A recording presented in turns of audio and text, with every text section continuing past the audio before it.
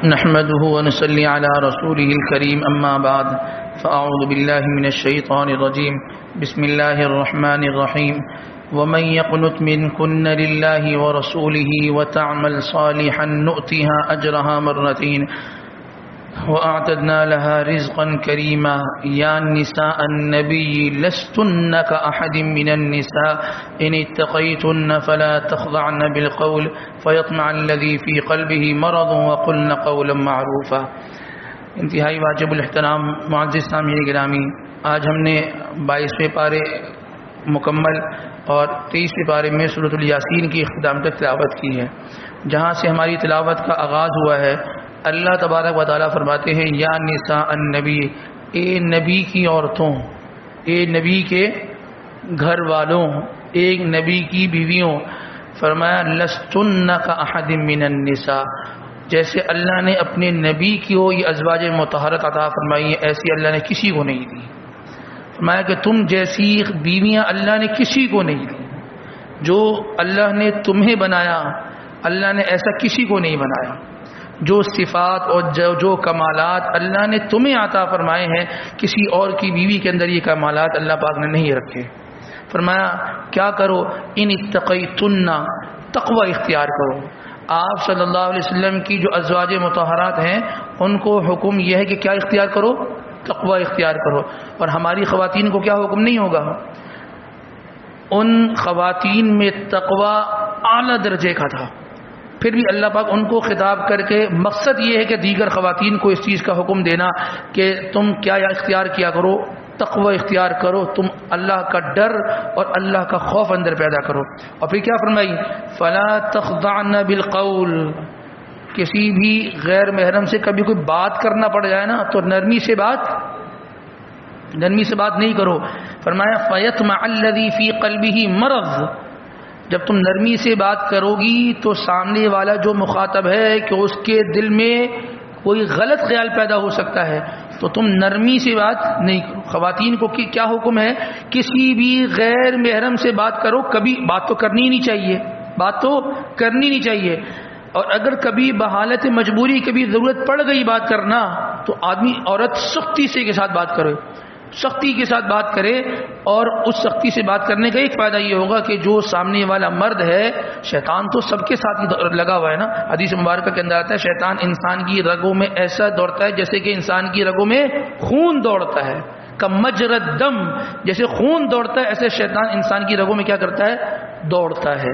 تو فرمایا کہ جب بھی کبھی کسی غیر مرد سے بات کرنا پڑے تو سختی سے بات کرنا۔ تو ہماری جو مائیں بہنیں ہیں، ہم آپ کے ذریعے ان تک یہ پیغام پہنچاتے ہیں کہ بھائی یہ کسی شوہر کا کہنا نہیں ہے، یہ اللہ رب العالمین کا کہنا ہے کہ جب بھی کسی مرد سے مخاطب ہو تو سختی کے ساتھ گفتگو کرو۔ پھر فرمایا وقرن فی بیوتکن، نبی کی عورتوں کو حکم یہ ہے کہ کہاں رہو، گھروں میں رہو۔ گھروں میں رہو۔ گھروں سے باہر نکلنا خواتین کا، فرمایا کہ یہ طریقہ درست نہیں ہے۔ فرمایا کہ جو خاتون گھر کے اندر رہتی ہے یہ خاتون قرآن اور حدیث پر عمل کرنے والی ہے، الا یہ کہ کوئی بحالت مجبوری ہو، کوئی بہت زیادہ بیمار ہو، ڈاکٹر کے پاس جانا پڑتا ہے، پردے کے اندر جاؤ۔ کوئی اور مسئلہ ایسا آ گیا جس میں جانے کی ضرورت ہے تو کیا ہے، پردے کے اندر جاؤ۔ ولا تبرجن تبرج الجاہلیت الاولی، یہ جو پہلے زمانے جاہلیت گزرا ہے اس زمانے جاہلیت کی طرح زیب و زینت اختیار نہ کرو۔ زمانے جاہلیت میں کوئی پردہ وردہ نہیں تھا، کوئی ان کے ہاں پردے کا نظام نہیں تھا، تو خواتین کو حکم یہ ہے کہ تم کہاں رہو، گھر میں رہو۔ اگر تم گھر میں نہیں رہتی اور تم دائیں گلی محلوں میں پھرتی ہو، تم اس دکان والے کے بعد ادھر جاتی ہو، ادھر گھومتی پھرتی ہو، تو پھر تمہارے اندر وہ صفات جو قرآن کے اندر اللہ پاک نے عورت کی ذکر کی ہیں وہ تمہارے اندر نہیں ہے۔ تم کہاں ہو، ابھی زمانے جاہلیت والے طریقے پہ ہی چل رہی ہو۔ تم زمانے کے اعتبار سے MBBS ہو، آپ نے CA کیا ہو، ACCA کیا ہو، آپ بہت زیادہ قابلہ ہوں اور بہت زیادہ پڑھی لکھی ہوں، لیکن آپ کا گھومنا پھرنا ایسا ہو کہ جیسے جس میں نہ کوئی پردہ ہو نہ کچھ ہو اور بلا ضرورت وہ گھومنا پھرنے کا رواج ہو، تو فرمایا کہ آپ کچھ بھی پڑھی لکھی ہو لیکن شریعت کی نگاہ کے اندر آپ ابھی زمانے جاہلیت کے اندر ہی ہو۔ شریعت آپ کو یہ کہتی ہے آپ زمانے جاہلیت کے اندر ہی کیا گزار رہی ہو، زندگی گزار رہی ہو. تو لہذا خواتین کو اس آیات کے تنازل میں یہ بات ذکر کرنی چاہیے کہ گھر سے باہر نکلنا یہ خواتین کا کام نہیں ہے، اور مردوں کا بھی کام نہیں ہے کہ 24 گھنٹے ہی پھرتے رہیں. بعض لوگ گھر میں کم ہوتے ہیں، باہر زیادہ ہوتے ہیں. بلا ضرورت کی بات ہو رہی ہے.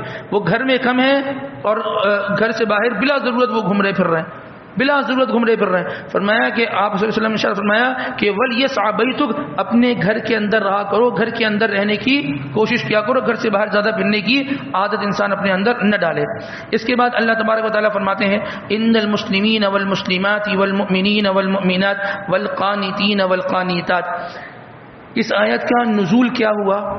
اصل معاملہ یہ ہوا کہ کچھ عورتوں کا وفد آپ صلی اللہ علیہ وسلم کی خدمت میں حاضر ہوا اور یہ کہا کہ اللہ کے نبی ہمیں ایسا لگتا ہے کہ اللہ پاک ہم سے ناراض ہیں. بھئی اللہ کیوں آپ سے ناراض ہیں؟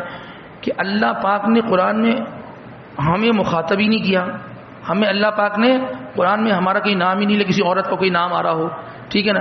کہیں بھی کسی عورت کا تذکرہ کرنا ہوتا تو اللہ پاک کیا فرماتے؟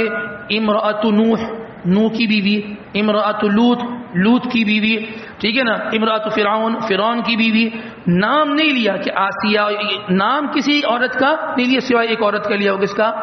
حضرت مریم. کیوں لیا؟ کیونکہ ان کے شوہر نہیں تھے تو اس لیے ان کا نام لیا گیا اور کسی عورت کا نام نہیں لیا گیا. اور پھر بھی جو حکم عورت کو دینا ہوتا تو اس میں جو گرامر استعمال کی جاتی ہے وہ مذکر والی استعمال کی جاتی ہے. اقیم الصلاۃ، ٹھیک ہے نا، یہ مذکر کے صیغے ہیں اور اس میں مراد کیا ہے؟ مرد بھی نماز پڑھے، عورت بھی نماز پڑھے. تو ان عورتوں نے کہا کہ شاید اللہ ہم سے ناراض ہیں کہ اللہ نہ ہمارا تذکرہ کہیں ہوتا ہے اور نہ ہی اللہ تبارک و تعالی جو ہے وہ کہیں کوئی مؤنث کے صیغے لے کر آتے ہیں کہ بھئی ہمیں بھی الگ سے مخاطب کیا جائے.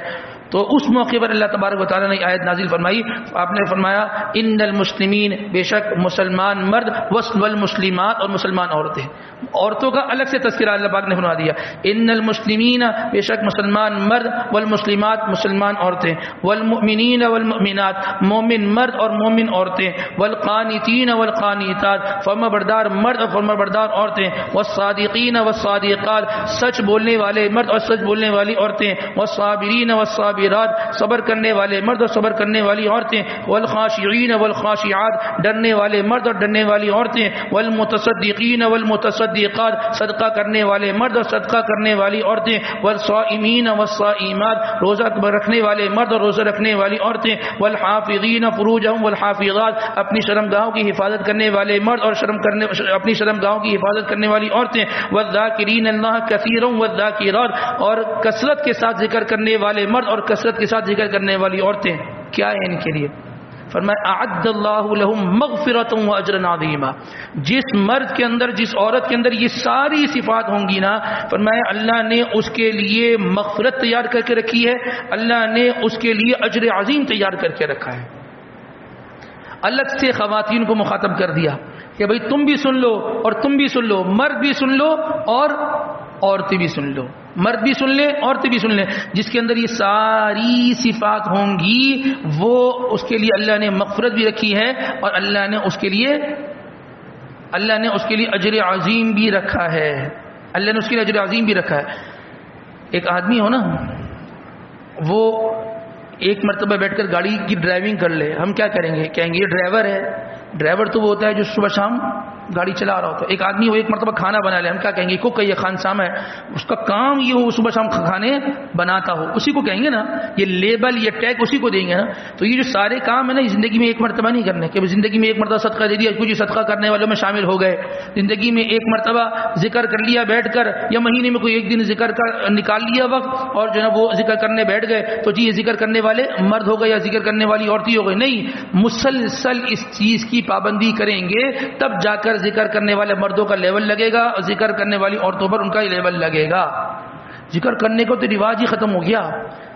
بعض مشائخ کے ہاں تو یہ باقاعدہ ترتیب ہوتی ہے، وہ بیٹھ کر ذکر کرواتے ہیں. جس آدمی کو اس ماحول کا پتہ نہیں ہوتا نا تو وہ کہتے ہیں یہ کیا کر رہے ہیں؟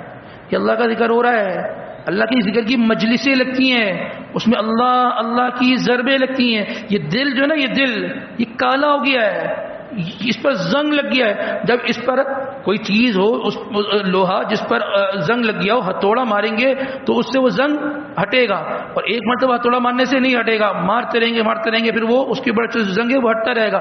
یہ دل ہے، اس پر زنگ لگ گیا، جب اللہ اللہ اللہ اللہ کی ضربیں لگیں گی تو یہ دل کے اوپر جو زنگ ہے، گندگی ہے، یہ حسد، یہ کینہ، یہ بغض، یہ عداوت، یہ سب جو ہے وہ ختم ہوتی چلی جائیں گی، اور پھر جو ہمارا دل جو ہے وہ نکھر کے سامنے آئے گا. تو یہ ایک دن کا ذکر نہیں کرنا، یہ کثرت کے ساتھ ذکر کرتے رہیں گے تو انشاءاللہ اللہ تبارک و تعالی ہمیں یہ صفات عطا فرمائیں گے، اور یہ اللہ پاک نعمت عطا فرمائیں گے کہ ہماری مغفرت بھی ہوگی اور اس پر اجر عظیم بھی اللہ پاک ہمیں عطا فرمائیں گے. اس کے بعد اللہ تبارک و تعالی فرماتے ہیں فلما قضى زید منها وطرا زوجناكها لكي لا يكون على المؤمنين حرج في ازواج ادعيائهم اذا قضوا منهن وطرا. اس آیت کے اندر ایک صحابی کا تذکرہ ہے، اور ان صحابی کا نام ہے حضرت زید ابن حارثہ رضی اللہ تعالیٰ عنہ.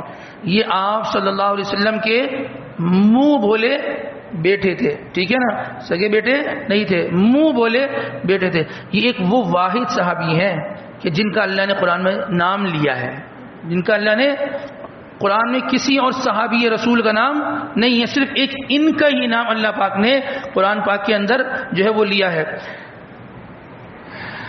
ان کی 8 سال کی عمر تھی. کتنی عمر تھی؟ 8 سال کی عمر. یہ اپنی والدہ کے ساتھ اپنے ننھیال میں اپنی نانی کے گھر میں جو ہے وہ گئے تھے، تو وہاں پر قبیلہ قین کے لوگوں نے ادھر حملہ کر دیا. اب جب حملہ کر دیا تو ان کو جو ہے وہ قبضے میں لے لیا ان قبیلہ قین والوں نے، اور اٹھا کر لے گئے اور عکاظ کے بازار میں ان کو بیچ دیا. عکاظ کے بازار میں ان کو بیچ دیا. اور ان کو کس نے خریدا؟ حضرت حکیم ابن حزام رضی اللہ تعالیٰ نے ان کو، یہ 8 سال کے تھے، ان کو بازار سے خرید لیا. اور خریدنے کے بعد ان کو اپنی پھپھی حضرت خدیجہ رضی اللہ تعالیٰ کو ہدیہ کر دیا. یہ حضرت خدیجہ رضی اللہ تعالیٰ کے پاس جو ہے وہ رہتے تھے، اور انہوں نے ان کو اپنا غلام بنایا ہوا تھا. تو جب حضرت خدیجہ رضی اللہ تعالیٰ کا اللہ کے نبی سے نکاح ہوا، عقد جب نکاح ہوا تو حضرت خدیجہ رضی اللہ تعالیٰ نے تحفے میں ان کو حضرت زید ابن حارثہ رضی اللہ تعالیٰ کو اللہ کے نبی کو دیا کہ جی آپ میرے شوہر ہیں، آپ میرے خاوند ہیں، یہ میرا غلام ہے، یہ آپ کا ہو گیا، یہ آپ کا ہو گیا. تو اس طریقے سے یہ آپ صلی اللہ علیہ وسلم کے پاس آئے اور زندگی گزارنے لگ گئے. ان کے جو والد تھے، چونکہ جنگ ہوئی اور انہوں نے حملہ کیا، قبیلہ قین والے نے ان کو اٹھا کر لے گئے. اب ان کو تلاش کر رہے تھے، زمانہ ہو گیا یہ مل ہی نہیں رہے، اور ان کے والد صاحب لوگوں سے پوچھتے، ان کے پورے خاندان والے ان کو تلاش کرنے میں لگے. اور ان کے والد نے تو بڑے اشعار بھی جو ہے نا وہ پڑھے کہ جی میں تو تمہاری یاد میں اتنا رو رہا کہ میرے آنسو بھی جو ہے نا وہ بہہ بہہ کر جو ہے وہ دریا کی طرح بہہ گئے. اور بڑے اس میں اشعار پڑھے، نہ دن میں مجھے تمہاری وجہ سے سکون آتا، نہ راتوں کو میں تمہاری وجہ سے سکون آتا، میری راتیں بھی جاگ کر گزرتی اور میرا دن تو وہ تو گزرتا جاگ کے. بڑے اشعار انہوں نے پڑھے. بہرحال زمانے کے بعد کسی نے ان کو یہ بتایا کہ ایک وفد جو ہے وہ حج کے لیے گیا تھا. تو انہوں نے یہ بتایا کہ جب وہ واپس آئے تو ان کے والد کو حضرت حارثہ کو یہ بتلایا کہ وہ آپ کا لڑکا گم ہوا تھا نا، جس کے بارے میں آپ بڑے پریشان ہیں اور بڑے فکر مند اشعار پڑھتے ہیں، اس کو ہم نے جو ہے وہ حج کے موقع پر دیکھا ہے. کہاں دیکھا ہے؟ حج کے موقع پر وہاں دیکھا ہے. اب یہ متحرک ہو گئے کہ اتنے زمانے کے بعد میرا بچہ اور جو ہے نا یہ بھی وہاں پر ہے، تو ایک کام کرتا بھی کہاں ہے، بتایا کہ فلاں صاحب کے پاس ہے، یعنی آپ صلی اللہ علیہ وسلم کے پاس ہے یہ.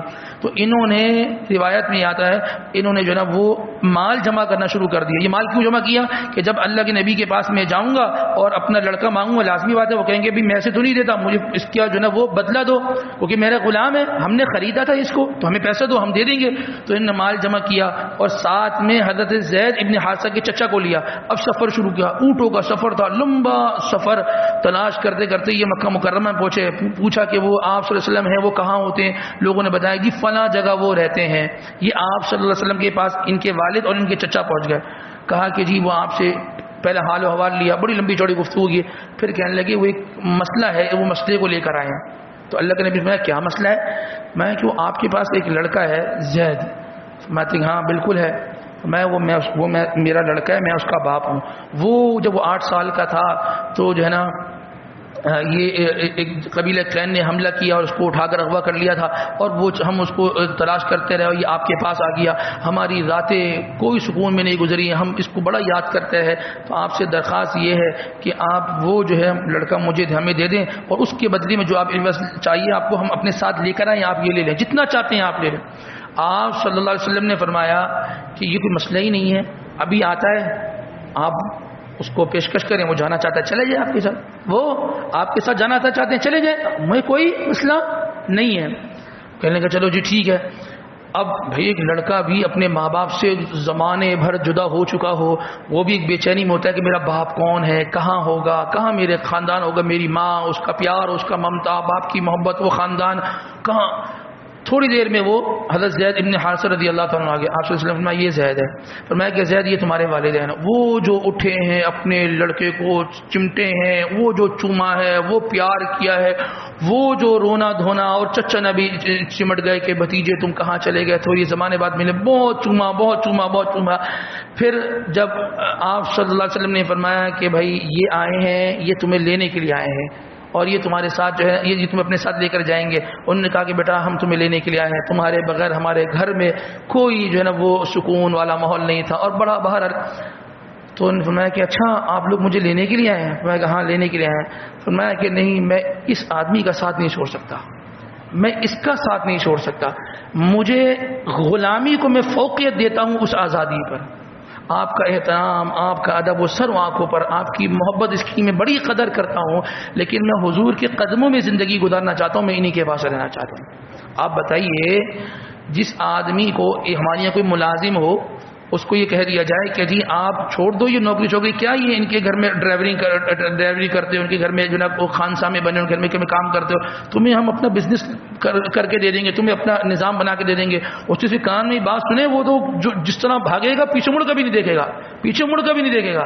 لیکن یہاں کیا سلسلہ تھا، وہ کہتے نہیں نہیں ان کی آپ یہ دیکھیں آپ صلی اللہ علیہ وسلم اپنے ساتھ اپنے غلاموں کے ساتھ کیسا رویہ رکھتے تھے کہ غلام باپ سگا باپ کھڑا ہے، سگا چچا کھڑا ہے، زمانے کے بعد آئے ہیں، لینے کے لیے آئے ہیں، مال بھی دے رہے ہیں، لیکن وہ جانے کے لیے تیار نہیں، نہیں میں نے نہیں جانا، میں نے انہی کے ساتھ رہنا ہے۔ آپ صلی اللہ علیہ وسلم نے فرمایا کہ میں اس کو مجبور نہیں کروں گا تم یہاں سے جاؤ۔ اب اس کے اوپر فیصلہ ہے کہ یہاں رہنا چاہتا ہے، یہاں رہے، آپ کے ساتھ جانا چاہتا ہے۔ انہوں نے کہا نہیں ابا جان آپ چلے جائیں، چچا ہوگا آپ چلے جائیں، میں یہی رہوں گا۔ یہ آپ صلی اللہ علیہ وسلم سے عشق اور آپ سے محبت کی واضح مثال اور واضح دلیل ہے، اور یہ محبت بھی اس لیے وجہ سے تھی کہ آپ صلی اللہ علیہ وسلم کے اخلاق بڑے عالی تھے۔ جس آدمی کے اخلاق بڑے عالی ہوتے ہیں نا، جس آدمی کے اخلاق بڑے عالی ہوتے ہیں تو ایسے لوگوں سے لوگ جڑے رہتے ہیں۔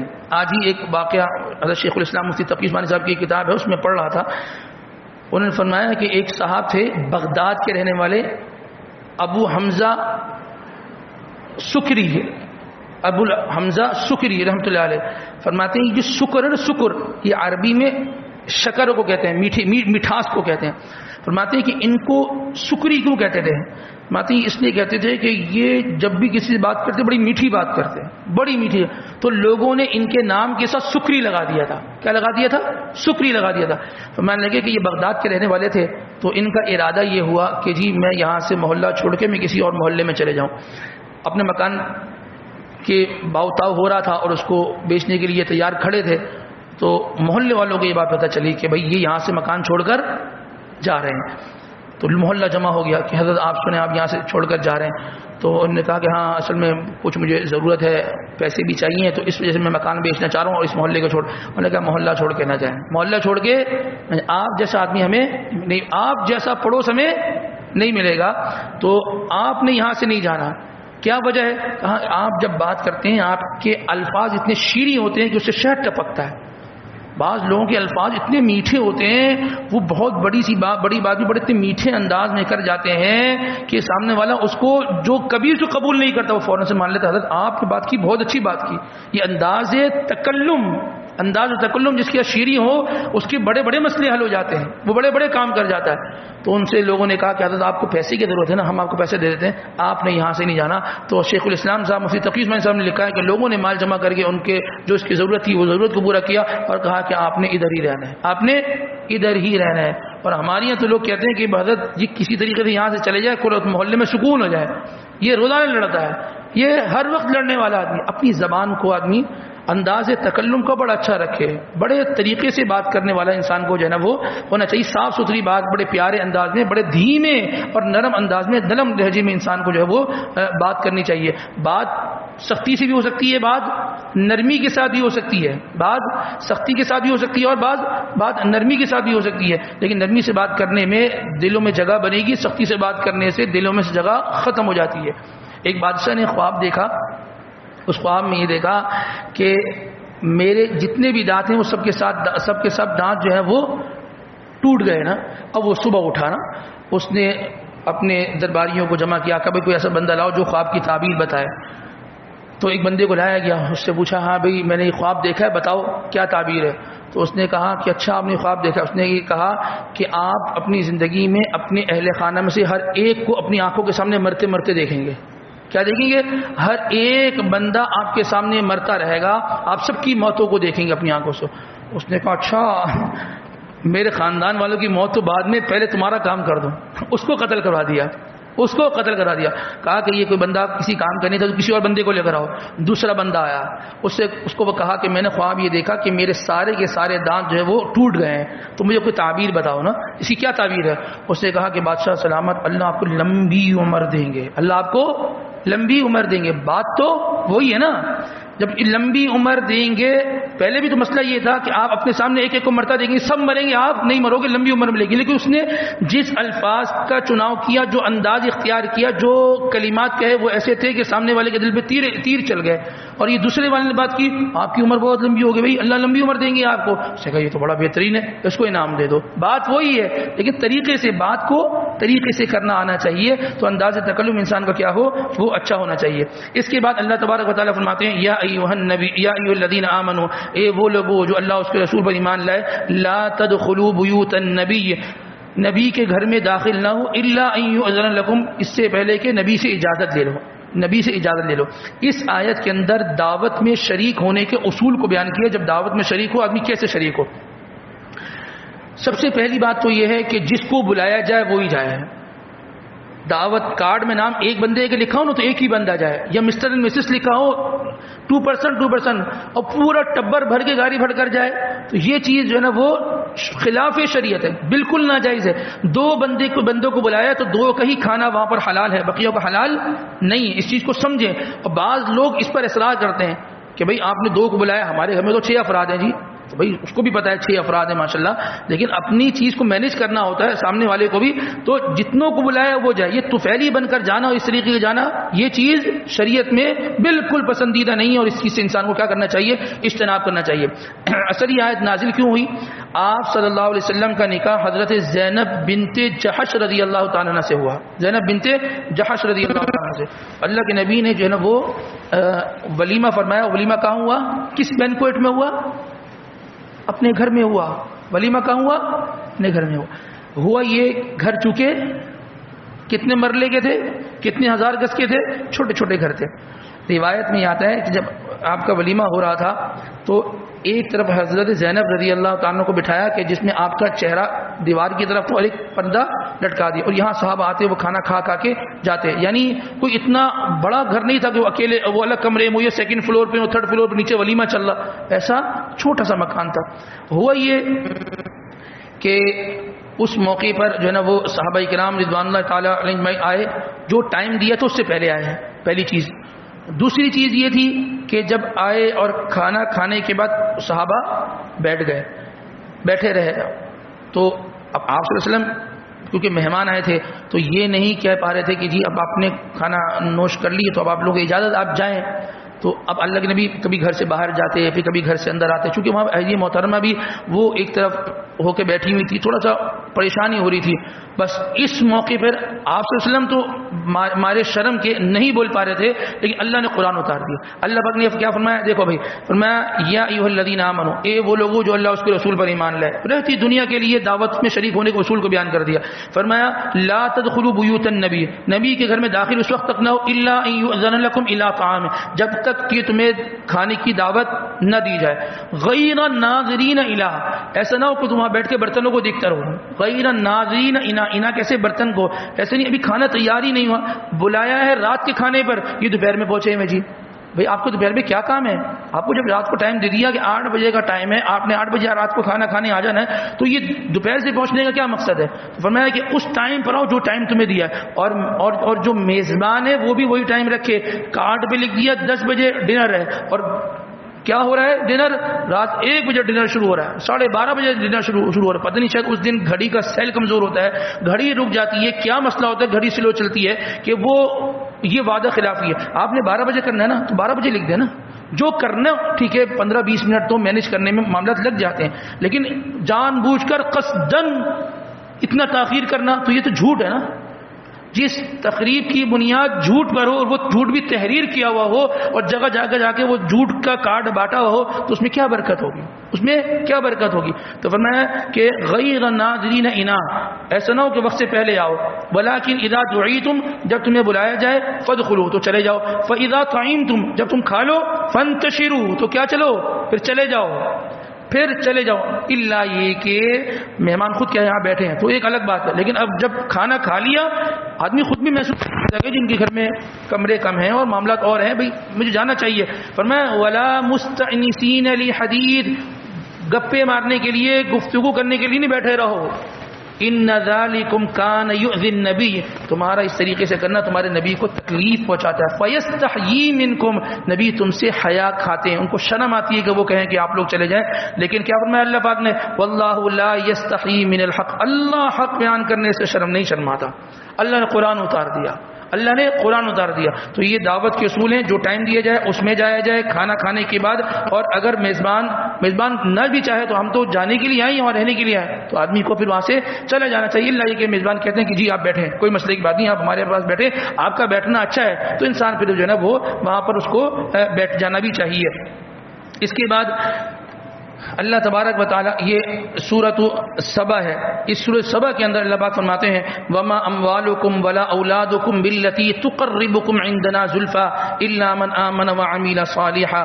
دیکھو یہ بات سمجھ لینا, تم یہ مت سمجھنا وما اموالکم ولا اولادکم بالتی تقربکم عندنا زلفا, تمہارا مال اور تمہاری اولاد یہ تمہیں اس بات کی دلیل ہے کہ تم اللہ کے بہت زیادہ قریب ہو. سمجھیں کیا فرمایا, اگر تمہارے پاس مال ہے, تمہارے پاس اہل و عیال زیادہ بڑا ہے, تو یہ مت سمجھنا تقربکم عندنا زلفا کہ تمہاری اللہ کیا بڑا مقام ہے. ہماری بالکل یہی سوچ ہے. اس آدمی کی مالی لائن سیدھی چل رہی ہو نا, سیدھی لائن چل رہی ہو, وہ کہتے ہیں جی اللہ کا کرم ہے, کیا اللہ ہم سے خوش ہے, کیا دلیل ہے؟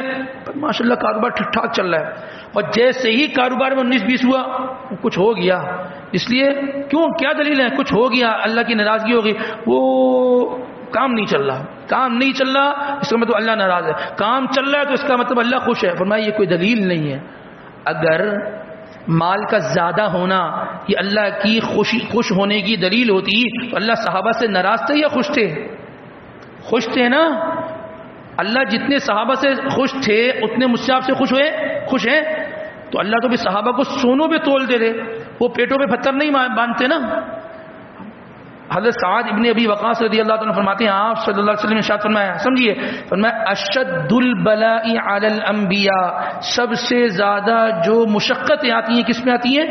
انبیاء پر. فرمایا ثم الامثل فالامثل, پھر جس کی زندگی نبی سے جتنی زیادہ مماثلت اور مشابہت رکھتی ہوگی اس پر بھی اتنی زیادہ مشقتیں آتی رہیں گی. فیبتلی الرجل علی حسب دینہ, آدمی اپنے دین کے اعتبار سے آزمایا جاتا ہے. جو جتنا زیادہ دیندار ہوگا اتنے زیادہ اس پر امتحانات آئیں گے, جو جتنے زیادہ دیندار ہوگا اتنے زیادہ اس پر حالات آئیں گے. یہ سمجھ لے بات کو. اور ہمارا بالکل الٹا کانسیپٹ ہے, جتنے حالات آ رہے ہیں اس کا مطلب یہ اللہ ناراض ہے, حالات نہیں آ رہے تو اللہ خوش ہے. ڈھیل ہے. بے نمازی بھی ہے اور مال کے ڈھیر بھی لگے ہوئے, بے نمازی بھی ہے اور سارے معاملہ سیدھے بھی چلے, اللہ کی طرف سے ڈھیل ہے. تو لہذا یہ مال کا زیادہ ہونا یہ انسان کا اللہ کے قریب ہونے کی یہ دلیل کوئی اس طرح کی دلیل نہیں ہے. اس کے بعد سورہ یاسین ہے. آپ صلی اللہ علیہ وسلم نے ارشاد فرمایا کہ میری خواہش یہ ہے کہ یہ سورہ یاسین ہر امتی کے دل میں ہو. ہر امتی کے کتنوں کے دل میں ہے؟ یاسین والقرآن الحکیم انک لمن المرسلین، اتنا تو دل میں ہے، اتنا تو دل میں ہے. اور آگے وہ کس کے دل میں ہے بھائی؟ وہ قرآن پاک میں ہے. تو وہ دل میں کب آئے گا قرآن پاک سے؟ وہ کب آئے گا؟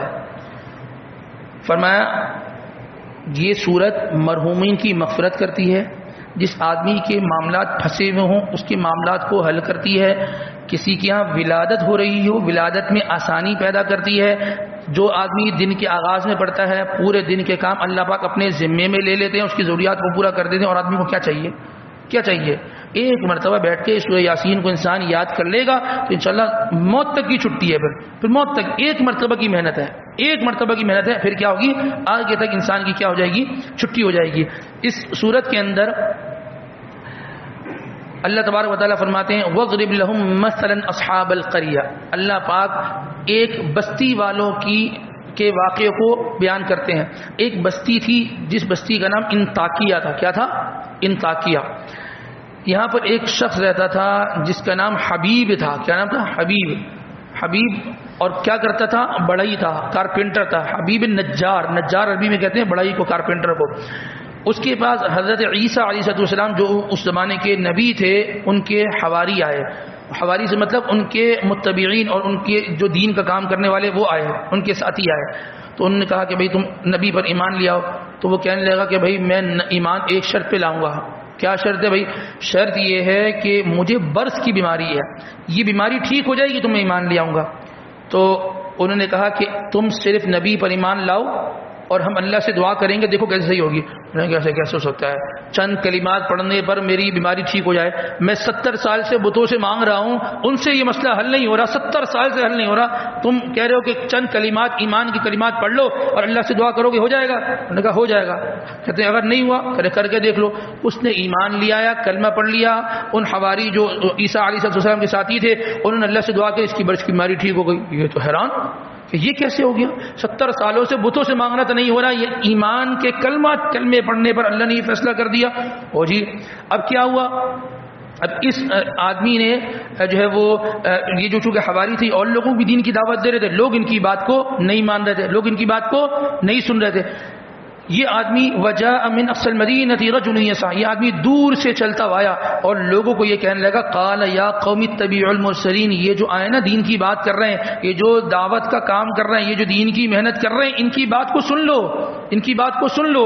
اتبعوا من لا يسألكم اجرا وهم مهتدون. یہ جو لوگ آئے ہیں، یہ جو دین کی بات کر رہے ہیں، یہ تم سے پیسہ نہیں مانگ رہے، تم سے دولت نہیں مانگ رہے. تم سے کیا مانگتے ہیں؟